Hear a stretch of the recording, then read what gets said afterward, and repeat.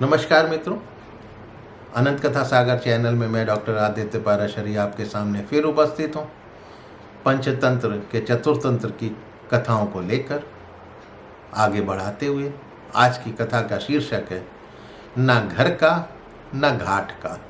अभी कहावत तो आपने सुनी होगी, बड़ी प्रचलित कहावत है। अब इसमें शिक्षा क्या छिपी हुई है कि स्त्रियों का चरित्र बड़ा अजीब होता है।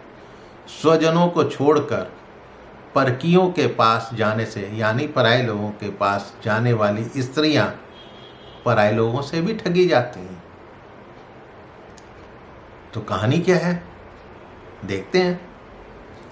एक स्थान पर किसान पति पत्नी रहते थे। किसान बूढ़ा था, पत्नी जवान थी। अवस्था भेद से पत्नी का चरित्र दूषित हो गया था। अब ये बूढ़ा और जवान का मेल तो यही रंग लाता है। उसके चरित्रहीन होने की बात जो है वो पूरे गांव में फैल गई। तो एक दिन उसे एकांत में पाकर एक जवान ठग ने कहा, सुंदरी, मैं भी विधुर हूँ और वृद्ध की पत्नी होने के कारण तू भी विधवा समान ही है। चलो हम यहाँ से दूर भागकर प्रेम से रहते हैं। अब किसान की पत्नी को ये बात पसंद आ गई। वो दूसरे ही दिन घर से सारा धन आभूषण लेकर आ गई और दोनों दक्षिण दिशा की ओर तेजी से भाग चले।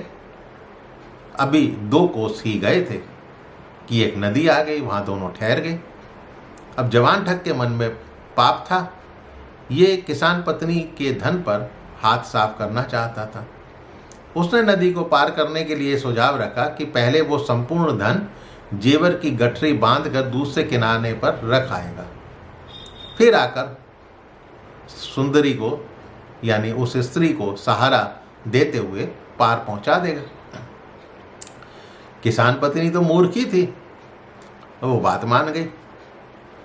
अब धन आभूषण के साथ वो पत्नी के कीमती कपड़े भी ले गया। किसान पत्नी निपट नग्न रह गई।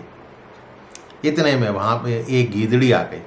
उसके मुख में मांस का टुकड़ा था।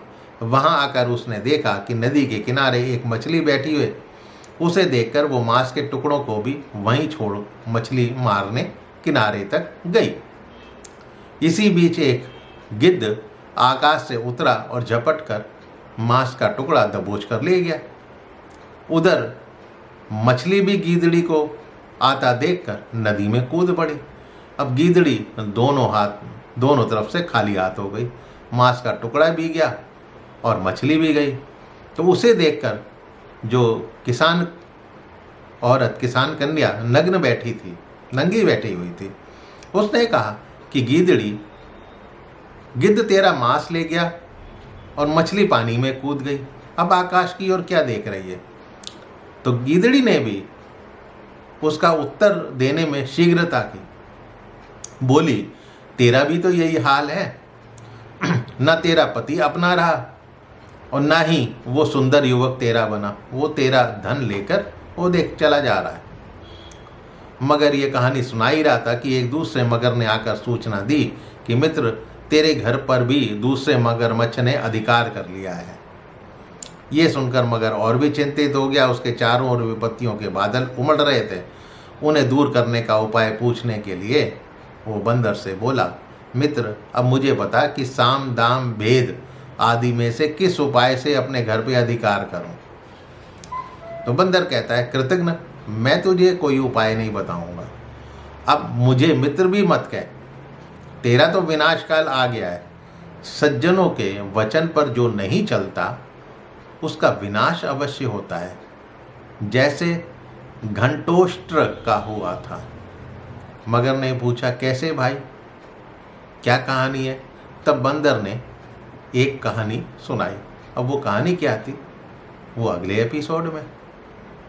तो मित्रों, पंचतंत्र की कथाएं आपको पसंद आ रही होंगी। यदि पसंद आ रही हैं तो मेरे चैनल को सब्सक्राइब करना ना भूलिएगा और अपने इष्ट मित्रों से इसको शेयर अवश्य कीजिएगा। पोते पोतियों को, बच्चों को, नाते नातियों को सुनाइएगा अवश्य। मिलता हूँ अगली कथा को लेकर अगले एपिसोड में। तब तक के लिए नमस्कार।